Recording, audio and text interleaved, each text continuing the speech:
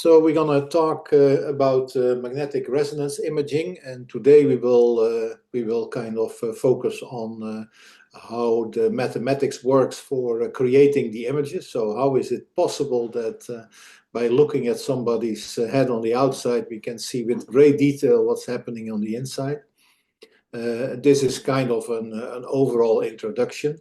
And then next week we will focus on some examples where we do functional MRI and how you can play and look at that data and play with that data. In the textbook, you can find this in section 7 to 3 for the magnetic resonance imaging. And if you're interested in CT, that's also the section before that. So you can look at that as well. So let's kind of go to go for the jugular right away. So why is this all possible? As you will figure out after we are done, it's actually based on the two-dimensional Fourier transform. So if we have an image with an intensity, so black and white image in this case, as a function of x and y, we can kind of get the Fourier transform of that image. And we kind of represent that by the I of u and v. How do we get that Fourier transform? Well, basically, if we have the image, we take the equation for the Fourier transform in the x direction, and you can see that between the square brackets. And then that result is basically then also Fourier transformed in the y direction. So you basically have two subsequent Fourier transforms, one in the x and one in the y direction, and that will produce the Fourier transform in the two dimensions. Now you can combine these two integrals, and then you can combine, of course, also the exponentials, which I did here in this expression here, and this is what you will find in the textbooks as the Fourier transform of an image. And as you will see, this is kind of important because that's what we will be using. But before we can do that, I have to talk a little bit about magnetic resonance, nuclear magnetic resonance. Nowadays, people leave the nuclear out because it sounds so dangerous, I guess. And people now say it's a magnetic resonance. But it's basically a thing that's best understood in quantum mechanics, and of course we are not going to do quantum mechanics here, so we're going to simplify it a little bit. What you can think of as what's happening is that the protons basically have a rotation, so around their axis, and then that axis, just like a spin, is also rotating. And so you have two types of, it's kind of a gyroscope, you have two types of rotations. And the rotation that is going in this direction, so that's going around, not the axis, but that's going around like this, like my finger here, is called precession. It's like the bubble of the gyroscope, and that precession happens at the so-called Larmor frequency, FL. And the Larmor frequency is actually related to the strength of the magnetic field that is subjected to these protons. And it's a pretty simple relationship. It's a linear relationship. So you can use the equation here in this slide. And for instance, gamma is indeed has been determined as being 42.6 megahertz per Tesla. So that means that, for instance, in a fairly weak MRI nowadays, because nowadays people use 3 Tesla quite frequently, the Larmor frequency would be 63.9 megahertz.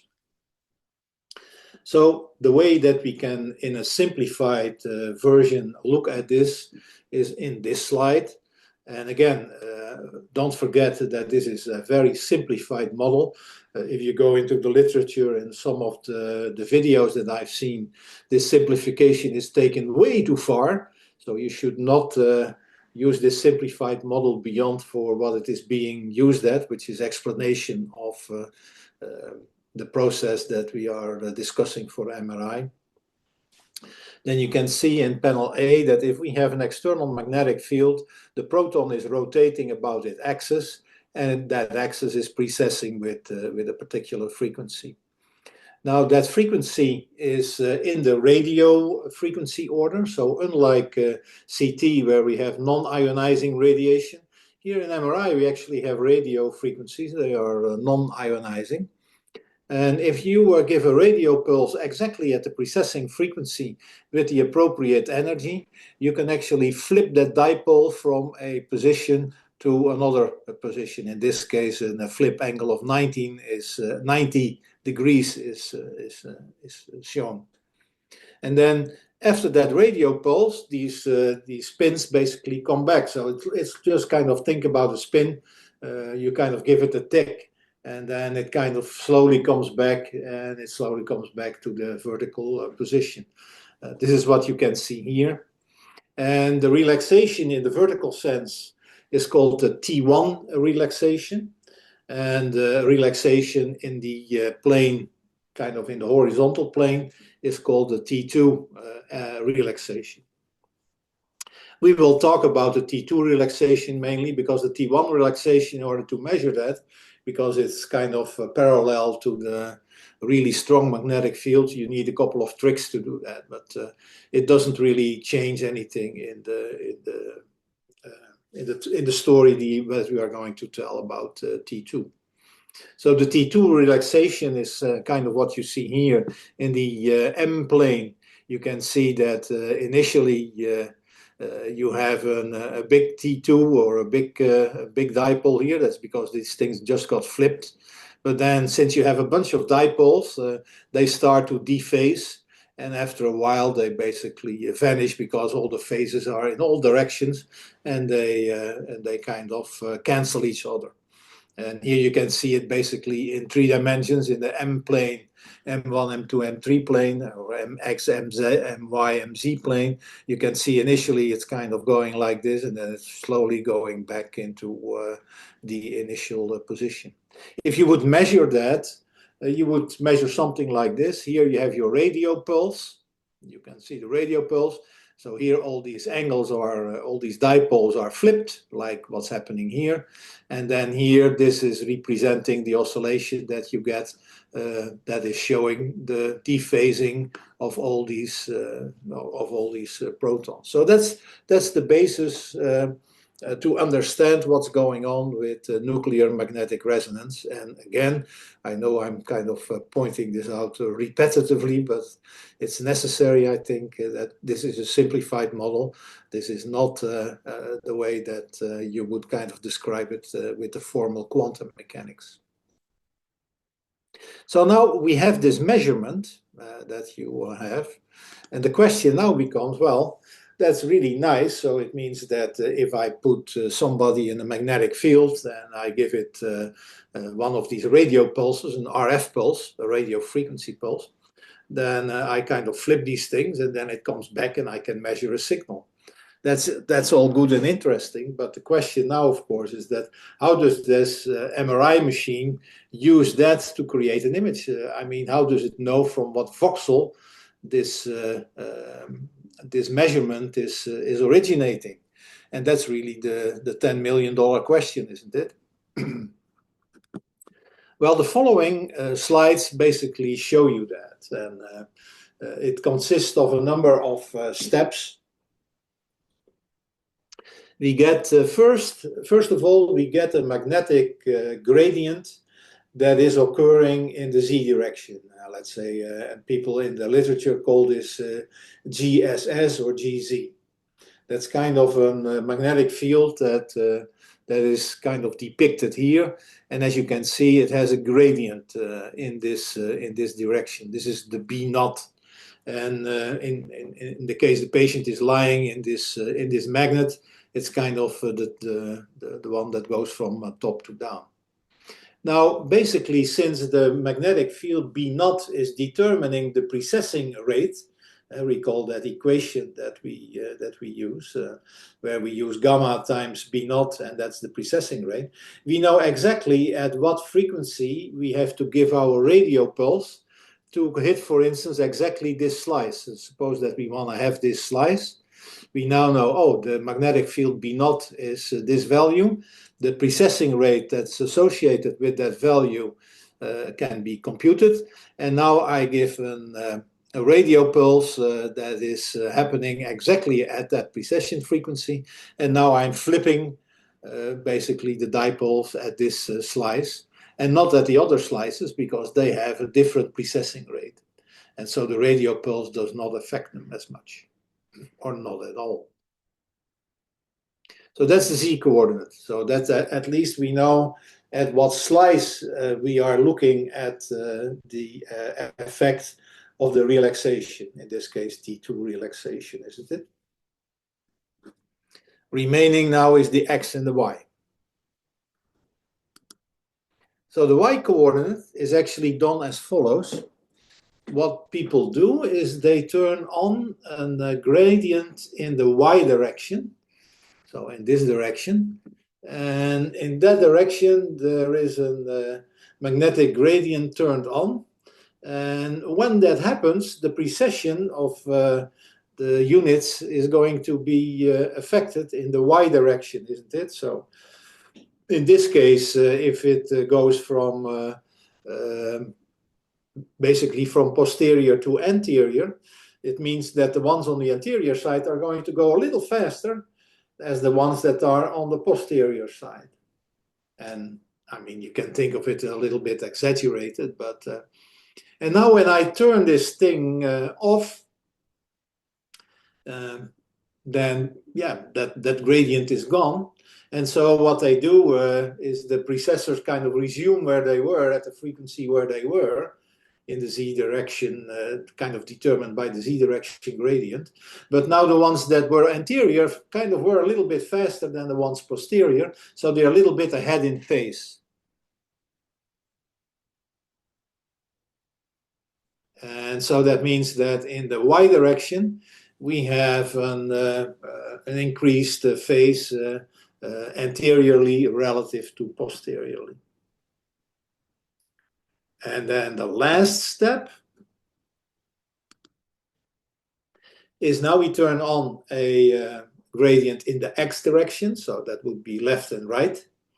And when you do that, then the frequency, in this case, from the right one are going to be a little bit higher in frequency than the left ones. So now, by having done all these steps, we can kind of summarize this as that, well, first, we kind of give a z coordinate, and that determines where the radio frequency is flipping the dipoles. Then these dipoles are going to kind of come back with their precessing procedure going back into a direction, giving up a T2 and a T1 relaxation. Then we give a brief pulse in the y direction, which makes sure that the ones in the anterior are a bit ahead of schedule relative to the ones posterior. And then finally, we give a pulse in the x direction, and that gives me a relationship in the x direction. And in this particular slide, I give you an example of a 3x3 case of, in this case, x and y direction. And there you can see, and I exaggerated this, of course, that in the x direction, we have kind of slow, faster, fast frequency. And that happens in all of the cases. And in the y direction, we have a difference in phase. The phase is here, is a bit ahead, is a bit ahead. Same here, is here, is a bit ahead, is a bit ahead. So basically now we get and again, this is very exaggerated, of course, but we get kind of, we know what the slice is because of the Z magnetic field and the radio frequency. And we know now what the X and the Y is in principle, because we know that by the frequency of the relaxation and the phase of the relaxation. So that's kind of in a nutshell how that machine basically knows, oh, if I measure something like a relaxation, I know exactly from what voxel it is coming, because it is encoded by frequency and it is encoded by phase. So now let's look at a practical implementation of this. And this is a very basic one, not used that much. But here you see the situation where the Z magnet gradient is turned on. And during that Z turned on situation, we have the radio pulse. So now here, during this event, we get basically that all the phases in the X and Y plane are now basically synchronized, and they're kind of flipped in that direction. And then in the Y direction, and this is basically per sequence, this happens once. So let's say this happens in the first sequence. Then basically what will happen is that you will get a difference in phase. And now you get a Y distinction. And then as a last step, the GX gradient is turned on. And now we get a different frequency. And the signal that you would measure, or the signal that occurs, is this signal. And during this time, it is measured, because during this time the phase differences and the frequency differences have happened.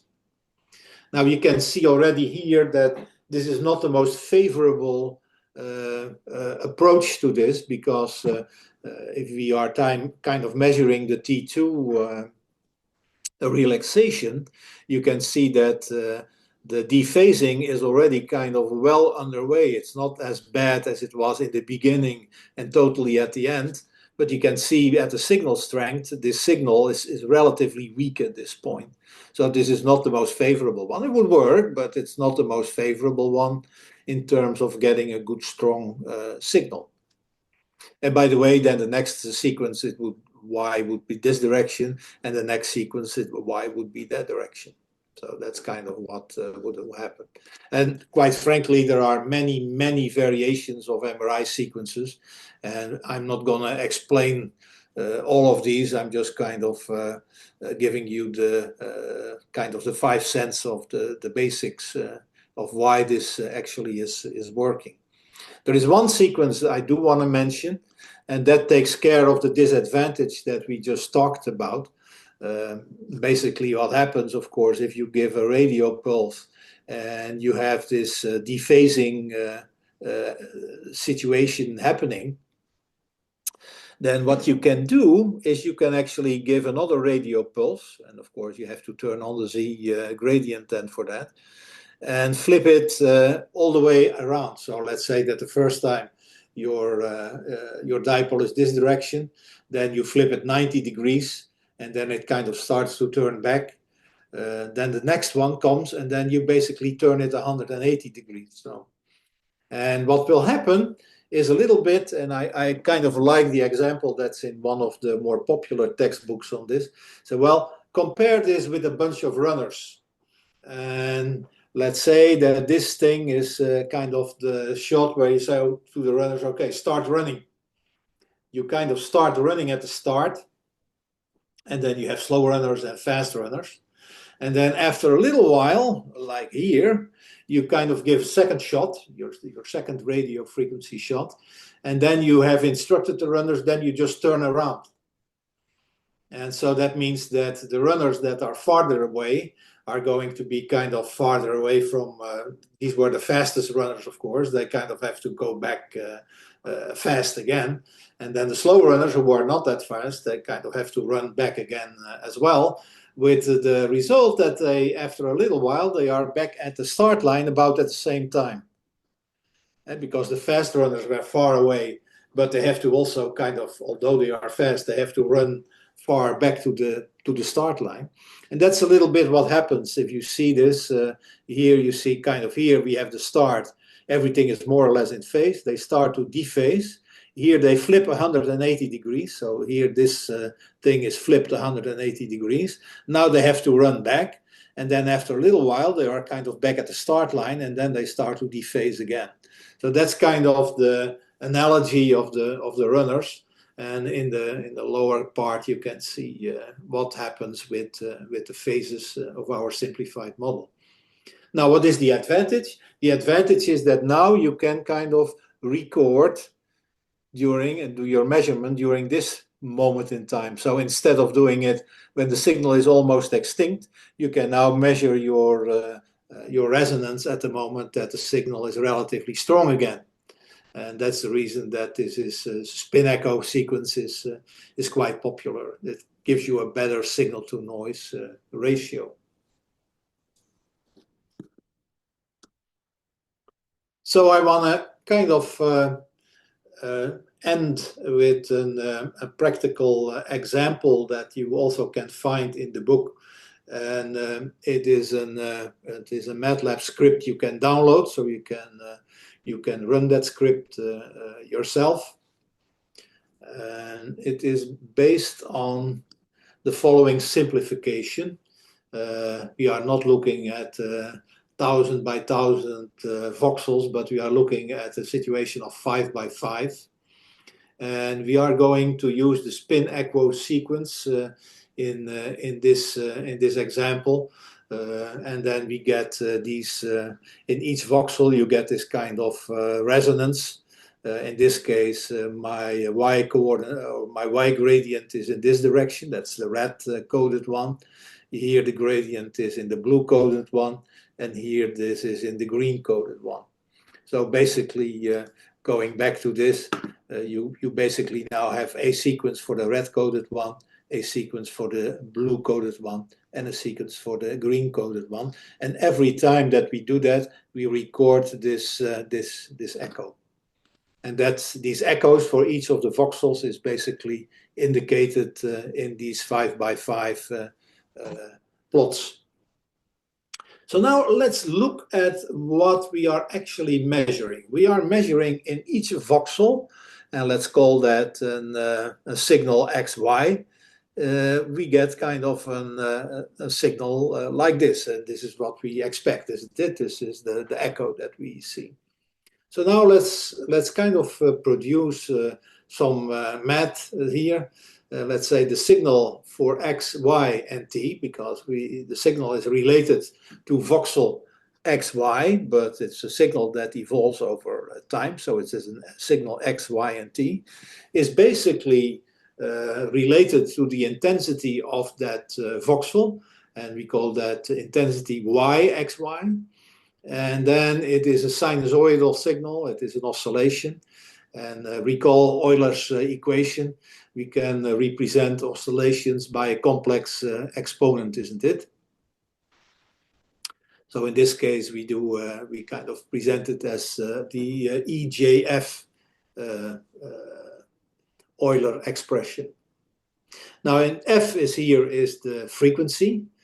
And recall that that frequency that you are measuring there is a function of x. The frequency was kind of kind of coded with x, and the phase was coded by y. So, and that's kind of what you see here. Capital F is 2 pi fxt plus capital phi y. And recall that phi y is basically also a function of tau, because tau is in this direction. So we have t and we have tau, see?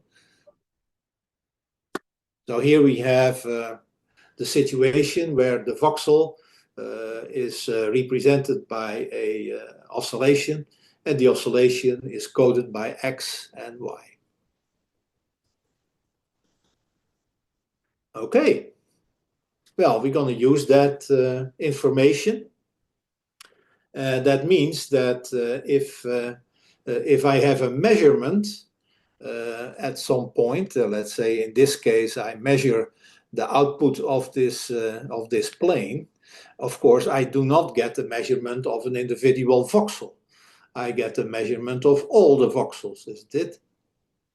So that means that I need to kind of take this expression for the intensity, and this JF, and I kind of substitute the values for F and capital Phi in there, and I have to integrate that over X and Y, because that's my measurement. It kind of takes the summation over the X and Y coordinates, and that is what my measurement is, the sum of all voxel contributions. In this case, it is kind of for the green one, but of course for the blue one I would get the same thing, and for the red one I would get the same thing as well. The only difference would be that the value of tau here is different here than there and then there, because tau is happening in the vertical direction. So now we're almost there. We're almost there.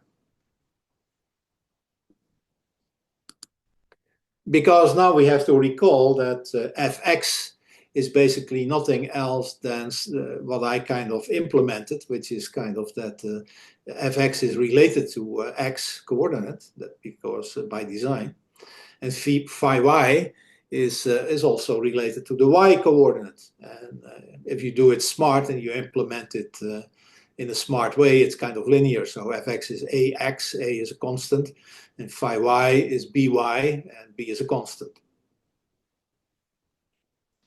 And then I'm going to wrap the whole thing up. So here we had our expression for the measurement that we kind of derived. Here is then what we realized, that what fx and phi y are. And now we are going to change variables to make it a little easier. We say u is ax and v is by. And we kind of write this thing down. And lo and behold, what do we see? We see that the measurement is basically a Fourier transform pair with the image. So this is kind of what we did in the first slide, isn't it? We came up with an expression for a two-dimensional Fourier transform. And here you have I, the intensity, and here you have your measurement, and here you have your equation for the two-dimensional Fourier transform. And the only thing that is that's a bit awkward in MRI, you have to deal with that, is that there are scales A and B. So that means that it is a Fourier transform pair, but you have to, in this case, correct for or ignore the scale for A and B. So you have a scale for the X direction and you have a scale for the Y direction, and they are determined by these constants A and B. So they're basically determined by how you are implementing the sequence. Now, a bit technically, these measurements that we have, mt tau, which is basically, if going back to this, is kind of what you see here in this picture, is called k-space. So you can hear technicians of or researchers in MRI, you can hear them talk about k-space, and then they only mean that this is mt tau, and it only means that if you take k-space and you do the Fourier transform, you get your image. And that's how you can, in this case, depending, of course, in how well you have these magnetic fields, how strong they are, how the gradients are implemented, you can look with great detail inside an object that you put inside these magnets. This example that I just discussed with the 5x5 voxels is actually in this program 7_4. So you can run that, you can play with it. What I did is I put in two peaks, one at 1010 and one at 4025, and then I am just using the same basically the same math that we just discussed to fill the k-space. So I just kind of mimic these measurements, and I fill my k-space, and then in the end I do my Fourier transform of that k-space. Here I'm doing it, a two-dimensional Fourier transform. See, and then I plot the result. And the pictures you get are these. You get a picture from K-space that looks like this one, and then we get the Fourier transform of that. And here we have 0.1, and here we have 0.2. And see, what I just mentioned is that, well, these points are nicely detected, but you have to realize that if you look at the scale, that the scale is not 10-10 and 40-25, but it is a different scale, because basically if you do this, you have to make sure that you rescale it correctly, because the whole MRI procedure, taking the FFT of your measurement of your K-space, is unscaled. So in this case, you would have to correct with a factor of roughly 2 in the X direction and a roughly 2.5 in the Y direction in the example that I made.